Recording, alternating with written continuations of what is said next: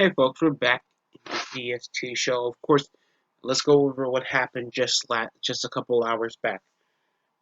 Arizona Cardinals, Dallas Cowboys, Monday Night Football, and it was a travesty if you were a Cowboys fan.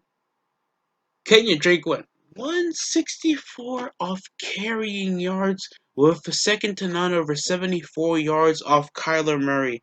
He's already one of the top 20 rushers in the league. Higher than Lamar Jackson, higher than James Conner, James Robinson, Jonathan Taylor, that's been an upstart rookie so far for the Indianapolis Colts, and he's only up 370 yards with 1,400 yards to boot. And that's tough because Dallas Cowboys already had their leading passing yards and quarterback over 1,856 yards out of Dak Prescott before he got hurt. Over Andy Dalton throwing two bonehead picks, one over to Dre Fitzpatrick over a tough read down off a sloppy drop of a receiver. And that's sad because Jacob Fitzpatrick and Andy Dalton were both on the same team before he was picked up later in the offseason over training camp with the Arizona Cardinals after it was supposed to he was going to the Minnesota Vikings. Well, I think that wouldn't work out at this point. Kyler Murray went 9 of 24. I think that was off Carl reads and his chances off just passing the ball, even though they used a more of a double as a triple threat over the triple option, and it all opened up with an easy handoff over to Kenyon Drake for 6 yards. Then later on, a play action post move down the middle, 80 yards for Kenyon Drake. I think he would hit another 50-yard carry before capping off 3 touchdowns. In total, he had two rushing touchdowns over 20 carries, and he had a passing touchdown. Christian Kirk, well, there was a jet play over to Christian Kirk for the end zone. I think that was what opened up the game, and he only was targeted 3 times off 86 yards, with DeAndre Hopkins spitting out and beating up the secondary. First of all, to every secondary on the Dallas Cowboys, please, God, put your head down. That means Trayvon Diggs, put your head down. Justin Hamilton, put your head down. It felt like Jalen Smith couldn't tackle a damn thing. He only had one stop over Kenyon. Over a trip to Kyler Murray, over his chance to scramble over the pocket, and that was technically it. I'm sure Anthony Brown had a scramble on it too, but it was an assist off the tackle that counted as a sack. And there was a total of only 1 sack in the game. It was just pathetic. At this point, I wouldn't even know a chance that the Arizona Cardinals didn't score a touchdown. The the Cowboys went scoreless for two whole quarters. CeeDee Lamb was just catching checkdowns off and right and hitting zag routes. They wouldn't know how to hit fades. And Patrick Peterson just kept swooping down the floor. Trey Fitzpatrick was notable for getting busted by everybody on the Steelers, and now here he is picking off a veteran quarterback like Andy Dalton, his own quarterback, because he knows his reads, he knows his faults, and he can just pick them up down the fly if he can't hit a receiver right. And yes, free agents of other teams do that to players. It happens. Antoine Woods was going zigzagoon all over the place because he wouldn't know where DeAndre Hopkins was going to be, and he was barely targeted over most of the game until later in the second half. This was a pimp slapping. If you lose 38-10 and over your best quarterback leaving out for the rest of the season over a terrible injury he suffered against the Giants that you guys won, by the way, and now you guys are following up 2-4.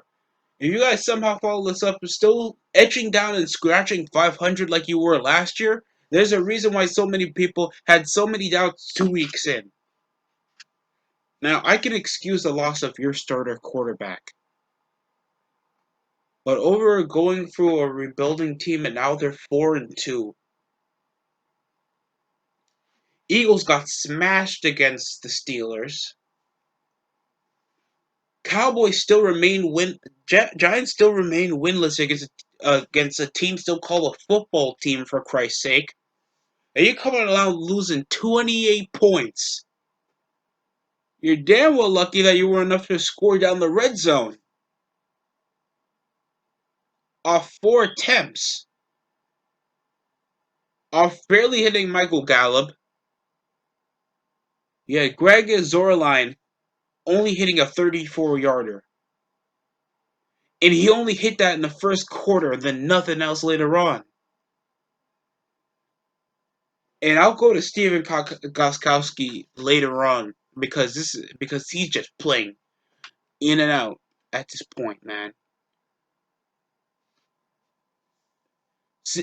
Ezekiel Elliott got a forced fumble twice in the span of the game.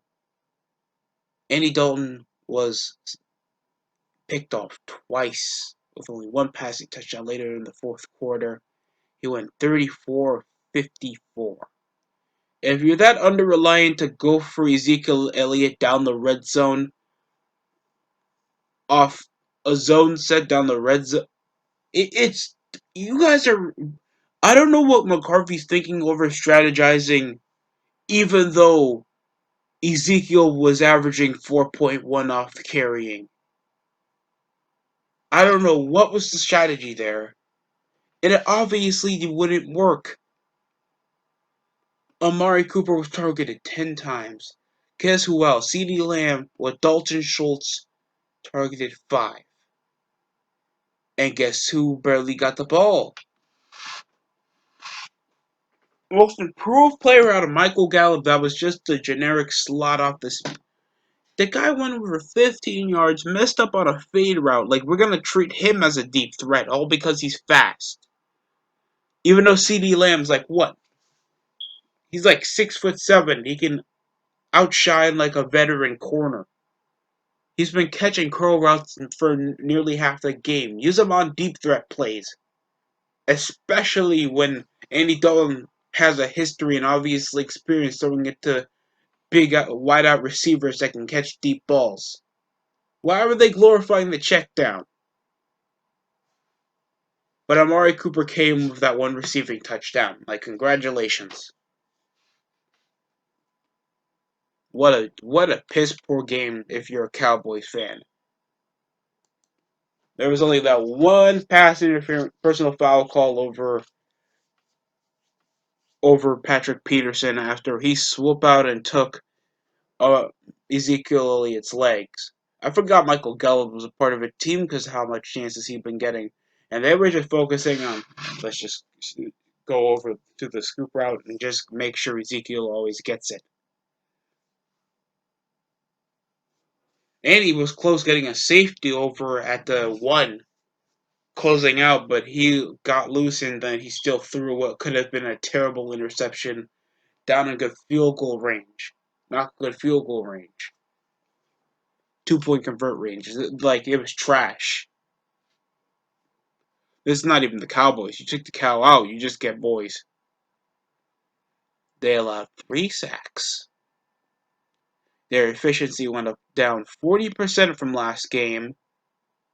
And they held the ball more than the Cardinals by 33 minutes. They're still a joke enough to allow them to score 28 points. Unanswered 29 before they even head to the fourth quarter.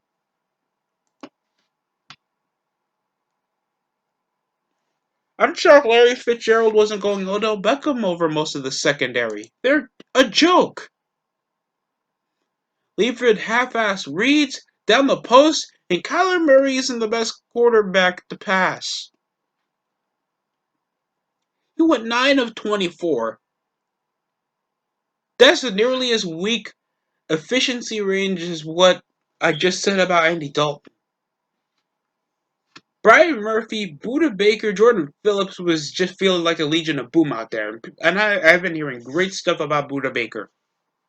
Jay Fitzpatrick came off a pass deflection and a big boy interception.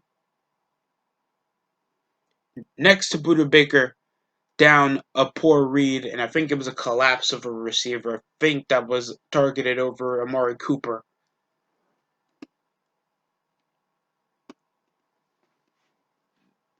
Great pressure off coverage from Patrick Peterson. His presence was shown. I'm just shocked he didn't came with an interception. He went 7 of 1.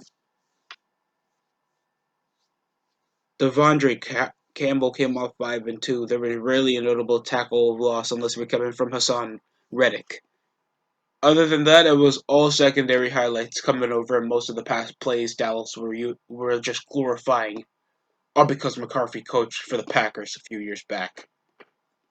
And it globally shows how inept they are utilizing the run. At least Jason Garrett was enough to use dual threat Arsenal and always uses receivers as well to keep the pace going with Ezekiel, so they always have a guy to hand it off to. And guess who utilized rushing more? It was the Cardinals. And now they're 4 and 2. The 49ers are 3 and 3. Going up as well. I think Seattle's still undefeated, and of course, the nah, dude. I'm still trying to figure it out because I keep forgetting out of nowhere the Rams were just bumped up to another loss. So, highly competitive. A lot of teams have improved, especially the Cardinals. 49ers are still struggling off injuries, just getting Nick Bosa. We just got George Kittle back for the last 2 weeks. Jimmy Garoppolo was out for a bit. So we're trying to restructure our team, and we of course suffered a dramatic loss against Miami. I still don't forgive them for that, but still improving point, and we're still defending NFC champions. So of course I want to see them back in the playoffs. Uh, this is a highlighted game for the Cardinals. If you want to see big plays, I'm just shocked that it came up to the Cowboys' expense because of how they lost Dak Prescott. So that's just disappointing, in my opinion. But that's a coming from the DST show. If you want to hear more commentary or more highlight recap, or at least more professional wrestling detail, please subscribe to the channel. I would love for you to come in so you can see my freaking videos. And if you're feeling a tiny bit please, like a smidget of a generosity, you put a like on this, try to help out the channel. Thanks for watching. That's it for me.